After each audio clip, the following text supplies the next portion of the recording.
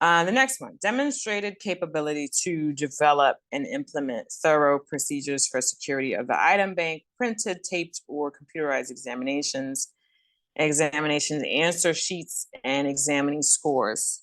I know that some of this terminology has been updated, and I know that we've also updated, our remote proctoring protocol as well. Some folks are still working with physical answer sheets. Those are generally our government people. I would say that most of us have probably moved over to some online version.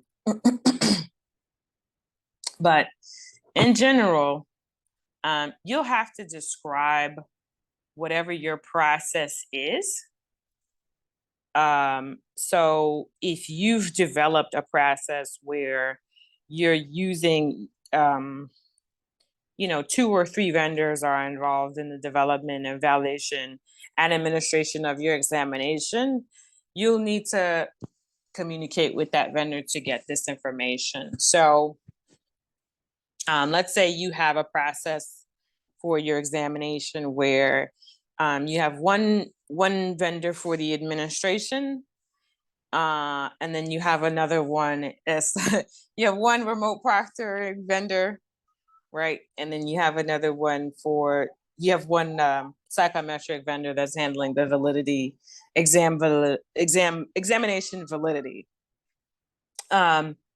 You'll need to get this information from them in order to understand what are the procedures for remote proctoring and how are candidates' information secured, how is their data secured, how is their data handled, and then you'll also need to get the same information from your psychometric vendor in order to include in your report. Next one talks about job analysis, which we spoke a little bit about already. It's generally your psychometric vendor who is performing your job analysis.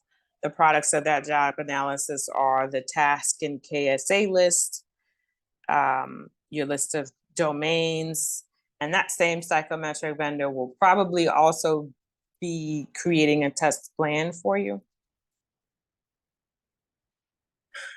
The next thing you'll have to do is submit your exam specifications. Exam specifications in our industry generally include a test plan. Your test plan is going to list the domains as well as the weighted percentages by which each domain is assessed. So if you have a role that is like manufacturing, and one portion of manufacturing is shipping and packing, then you'll need to have a weighted average or a percentage. How much of that job is related to shipping and packing, right? Because if it's 50%, that's a super significant portion.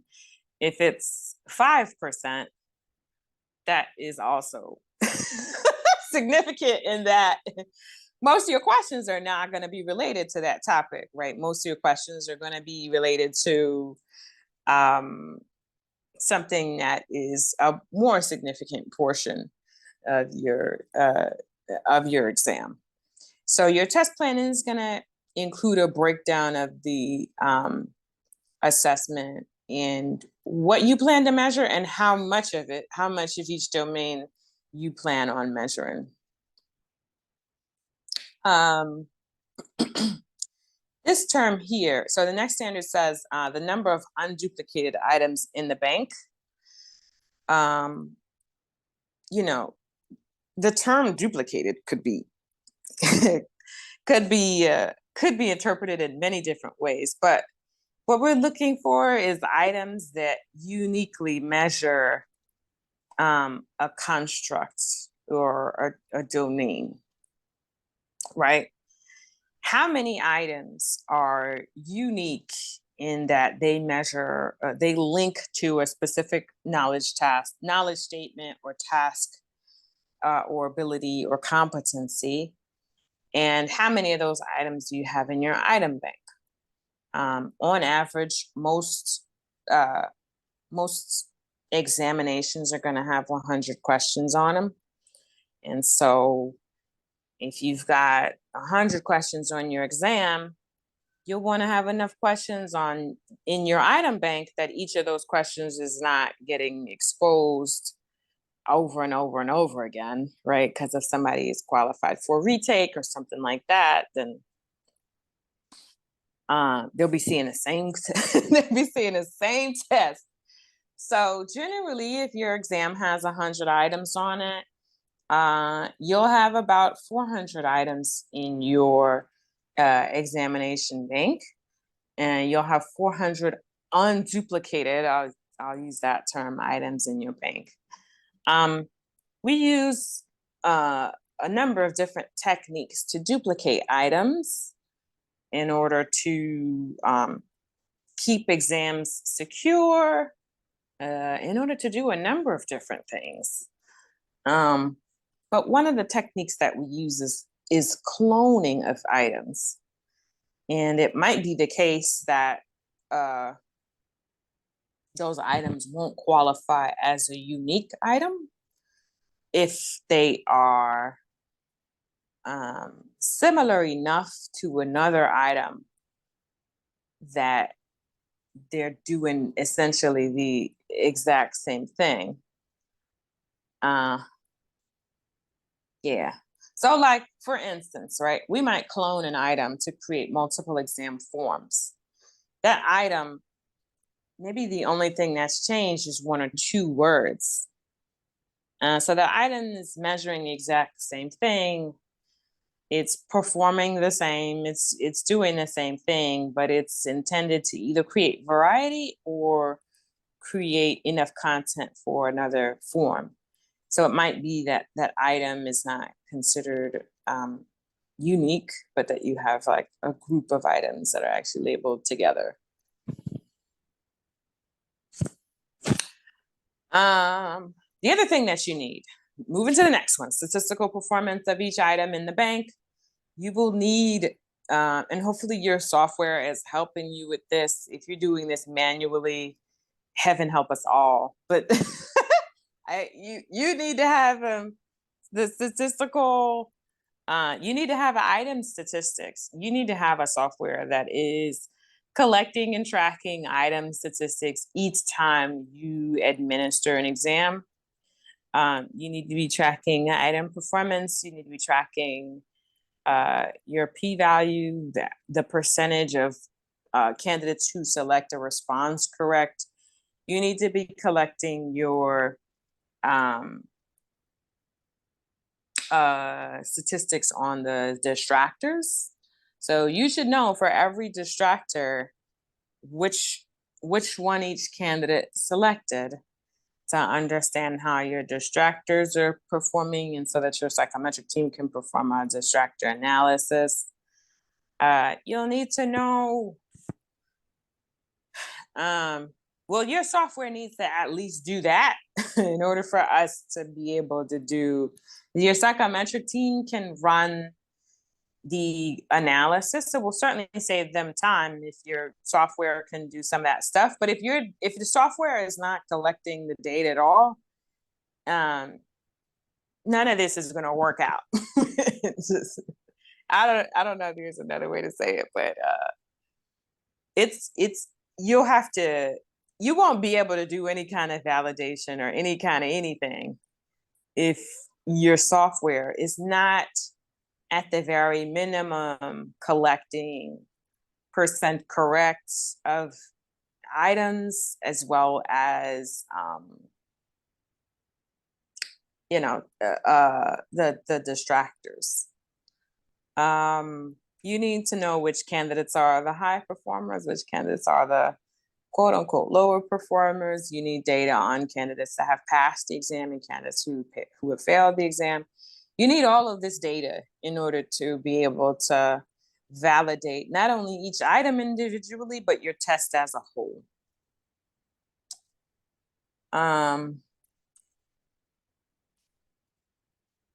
And then, so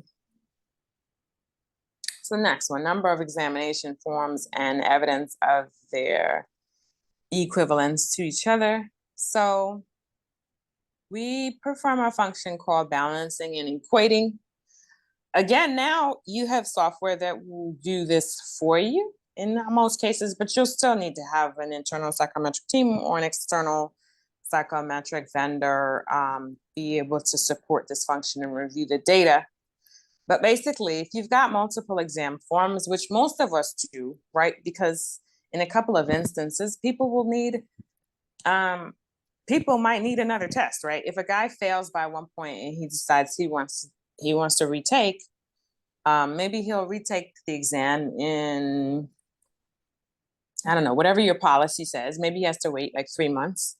Maybe he waits 3 months and he comes in and he take the test again. Is he going to see the exact same test? So you want to have multiple forms in there so that when he comes in for the retake, he's not seeing exact same items that he saw the first time he took the assessment.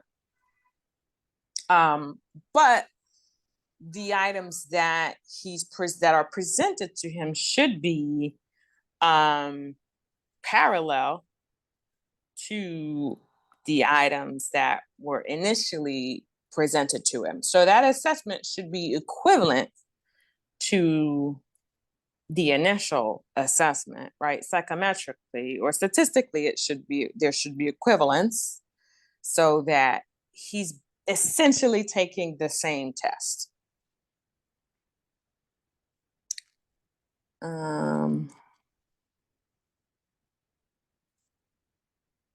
Okay, next one.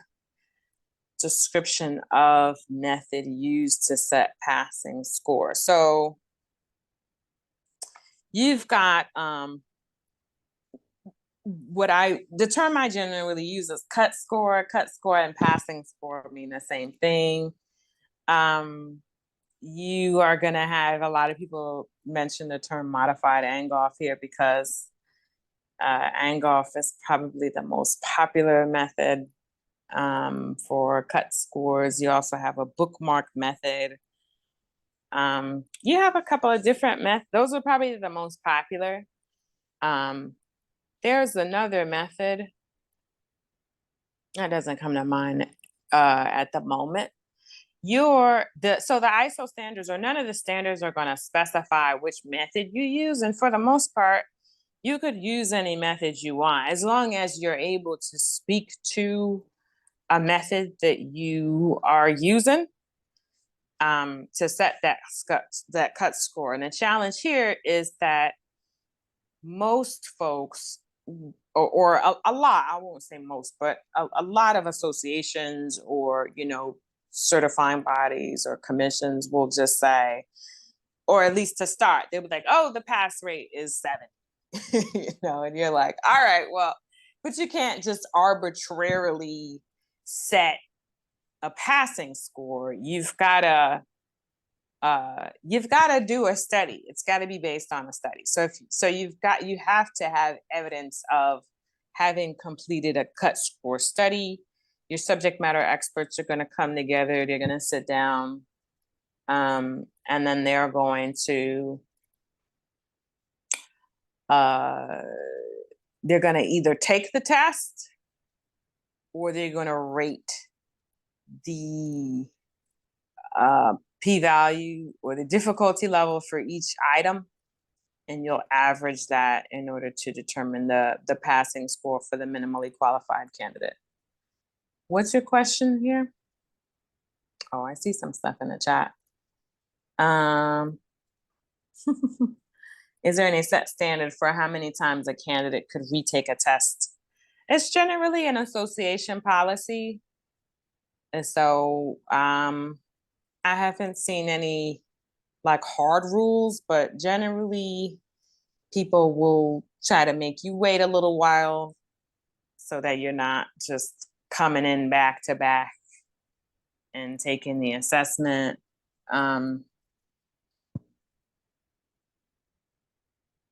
But no, I haven't seen like a set standard where it's like, oh, you only have I mean, I'm sorry, I haven't seen like a standard in the sense where everybody is doing the same thing per se. Each association will determine how frequently they want candidates to be able to pass their exam or to be able to take their exam, and how long candidates have to wait before they can do a retake.